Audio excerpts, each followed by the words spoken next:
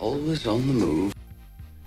Hello everybody and welcome. Thank you so much for joining me. This is the Fanatics of Film and my name is Ben. Thanks so much for joining me again here. This is just a really quick, I wanted to get this in before I have to take off here, and this is just a quick video on episode 5, Drive All Night. So I'm continuously really liking this season. There are a couple of flaws in this episode that I'm going to point out, but anyway, it's a shame that this type of thing is having trouble, or at least was canceled, and there's all kinds of reboots and things going on, and I think that somehow DC Comic or Warner Brothers Entertainment thinks that somehow that J.J. Abrams will fix everything, because apparently at this point we're going to see a J.J. Abrams universe with DC. So I think that'll be interesting to see. Not very excited for this. I think, of course, I think in general people who love DC Comics, or at least understand what's happening right now, can understand that he is a little bit overrated in the sense of his ability to tell stories. I think a lot of people were flawed. I think a lot of people drank the Kool-Aid. I drank the Kool-Aid with Lost. I still hated the end. Hated the ending. Hated how that whole series ended. And I'm sure that hopefully, maybe you're on board with me on that. Maybe you do disagree. Anyway, I would love to talk to you about that. If you have anything to defend JJ on. Yeah, ending was horrible, which is why I do not have very much faith in the Rise of Skywalker, because, as we all know, he tried to jump into this Warner deal before Rise of Skywalker was complete, so that he could secure his deal and secure his large amounts of money beforehand. So I knew that that's kind of been illustrated in depth with Nerdrotic, with Gary Beegler at Nerdrotic. So anyway, without further ado, I'm going to go over this episode. It's a great show. You should support it. What I'm trying to do on this channel is trying to focus on some of the stuff that is the entertainment that we are enjoying. I'm trying to shed light on those things, and because we tend to give a lot of attention to the negative stuff, and I get it. That's what brings clicks, etc. But what I would like to accomplish here at this channel, and please hit like if you like this video.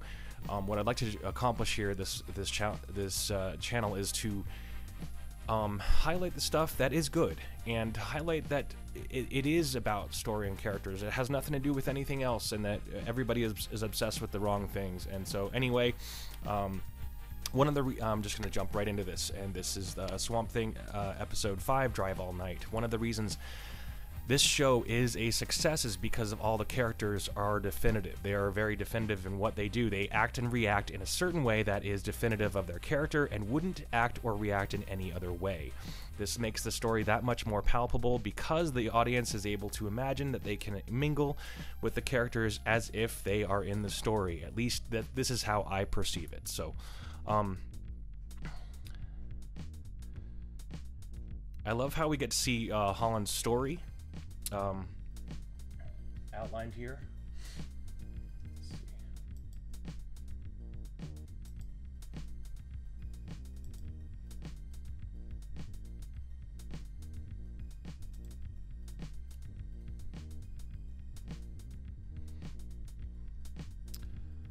I do love how we get to see Holland's story displayed with memories while he traverses through his own findings throughout specific areas of the swamp.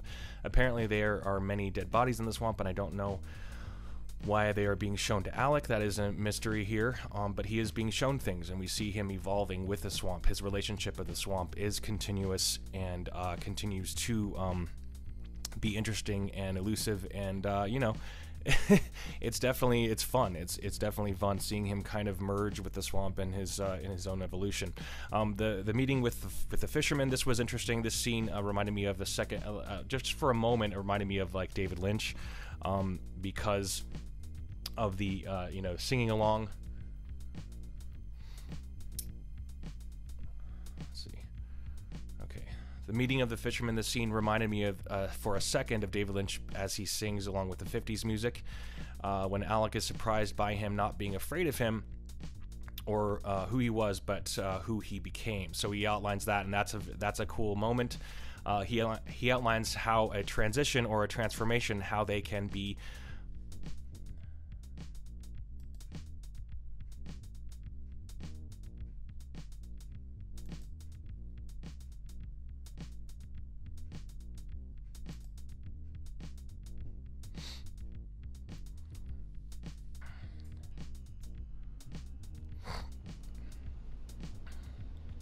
okay, in this, when Alec is surprised by him not being afraid of him, or who he was, or who he had become, he outlines how a transition or a transformation, how they can. The fisherman has a rebuttal to this, or a transition or a transformation, how they can be difficult. He likens it to a caterpillar or a butterfly, or a child to an adult. This was particularly cool. That that he was this all-knowing type of character that was kind of almost mentoring him in some way. So this was kind of cool. And that, but he illustrates how important the deals with the heart, those things can never be taken away. So that was nice. The Blue Devils' attempt to escape was interesting. They seem to always portray people in their 40s that they really like hair metal. Apparently this is like a thing now, at least current stuff that we're seeing. This was kind of a funny moment. Listening to Motley Crue, of course, with the Motley Crue on Netflix, how can you argue with that? That is something that is part of our existence now, and I enjoyed Motley Crue when I was 12, because that stuff was top 40. That was in the top 10 when I was 12. I do love Ian Zierling in this show. He is particularly fun, and he does light up the show with his desperation. His story is now unfolding, showing us a little more of why he can't leave. I am interested to see what the actual relationship that he and Abby are destined for. It seems that he might find himself in an unnecessary squabble with Abby or Alec. So that was, that's something that might be interesting. Avery continues to captivate with his obsessiveness to be unfound, to be continuously praised and given the power. His conversation with the sheriff sheds light on the fact that he might be less safe than he thought, as he learns that his own mistress is conducting a full investigation of his crime. So that was enlightening. Seeing him, it's reminiscent of Dexter, the thrill of the possible getting caught, etc. Abby's research is proving to show the depth of the discovery is beyond anything that we have seen. Once again, the unification of plants and animals, the blurred lines with DNA structure. This is a particularly interesting part of it, and probably one of the most overlooked by most of the audience. To me, it is utterly fascinating. So to me, this part of it is really fun, and as a sci-fi fanatic, it's just really fun kind of thinking about these supposed impossibilities. This scene with Abby and Jason Woodrue is slightly off-putting because the last scene we saw them discussing this. So this is one of the minor details, very small detail issue. But one of these, this is the moment where it kind of, for me personally, it kind of they threw out that moment because the last time we saw them discussing this, she had made an agreement with him, allowing him access to the samples. And the very next scene, she is immediately shutting him out. So that was kind of a whoopsie moment. So anyway, it's minor. It's a minor detail, but they could have had one little thing that maybe have portrayed the reason why she was shutting him out. But anyway, it doesn't matter. They messed with this thread of the story up. In my opinion, somehow he is alerted to the fact that Alec Holland was the only other scientist who was in the area. He presses Abby to reveal Alec's involvement, and she is able to decline passively and escapes the interrogation. So that was a fun moment. Avery, and as I said before, Jason Woodrue, his character is really fun. It's just I love that actor. He's just incredible. Avery uses the slaughtering of an animal to flex his power over Pops and softens it with the construction of soup. That was kind of a funny moment with the Toidle soup. The Toidle.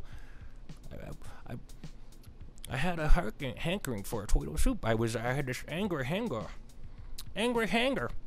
I was hangry. That's a 2019 term, evidently. Liz Tremaine confronts him in the kitchen, and she reveals that she is onto him, telling him that she was going to acquire details about what Avery was doing with the banker who suddenly disappeared. I do love the depth and complexity of this story. Jason Woodrew's moment and then there's a moment where Jason Woodrew discovers the piece of Alec's new beast that he has become, and the piece that is there, and how it's become this organic material. And his moment is really fun. He was like, "It's possible. I am thinking too small." So that was fun. Let's see here. Now the fisherman and Alec are unearthing memories held by the trees. The trees are like a hard drive holding details of past experiences that the swamp has endured. I am intrigued by the fisherman. He seems like an apparition of the swamp, perhaps a guardian of the swamp. As Alec plugs in to the tree hard drive of the swamp, Abby as a teenager shows up in a vision, showing us a mere glimpse of the past when she is scrambling in the water looking for her friend Shauna. Their story is further revealed by the connection of Belinda Carlisle's Heaven is a Place on Earth, which is... I'm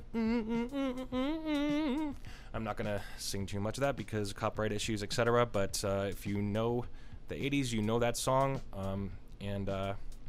That was definitely a huge part of it. So there's a lot of throwbacks to the 80s in this episode, particularly those two songs, the Motley Crue song and the Belinda Carlisle song. So those are both, experiences of my past. Somehow Shauna is living inside of Susie. This is bizarre, and the saturation of the supernatural hallucinations is starting to increase exponentially. Madame Xanadu has revealed to Ms. Sutherland that Shauna has returned, and the evil of the swamp is somehow convincing Ms. Sutherland that she must return to the swamp. I can't help but be somewhat convinced that people provide power to the swamp like batteries to an appliance. It seems like this evil power or entity needs people to die in it to survive. That's kind of an interesting moment, and it was fun to think about. I couldn't help but have another Matrix moment. Sorry, I don't want to bring a bunch of Matrix into this, because it's definitely, its own thing. It's much more like The Fly, and I actually had a brief conversation on Twitter with Gary of Nerdrotic about this, and he likened it to that. He likened it to the Fly, which is so true, and I pointed it out. I'm going to do an episode about that, the comparisons of The Fly and this show. To me, stories are particularly enhanced when the paradox of science and logic of science collide. Xanadu and Abby's conversation in the car is great, and Abby is being challenged by the continuous thought that there are several things in play here, both supernatural and science fiction based. She is trying to find rational thought behind what is making Susie act in the way that she did, whereas Xanadu is embracing the fact that she may have opened the door to Shauna's return from death, even though she exclaims how she may have had the power to do so without her help. So that was interesting and fun kind of moment. But I love seeing scientists get broken down by the supernatural. It's really fun, and it's great to see them kind of question themselves, question reality, etc. That's always a fun moment, a great story point, and fun at the same time. Finally, we get to see why Abby blames herself, and she feels some sort of resolution when she learns that something took Shauna, and she learns that this after she plugs into the memory matrix. Finding out something took her. Abby asks why that day. There's a brief moment here that's kind of interesting. She says that I think it was a warning that, Alex says that I think it was a warning. They were talking about why did it happen that day? Why? And it says he responds with, to bring me here. I think it was a warning. So that was kind of an interesting moment. I wonder how that connection has brought him here. Maybe he was supposed to discover things. Daniel and Liz's relationship is enhanced by their shared experience to being attacked at this very end of this episode. And Liz studied journalism in New York. We find out about that, her past, and she likes the small town. She likes being in the small town because she gets to uncover things herself, and as a result, she's being part of this uncovering of kind of insanity. And as so begins the hunt.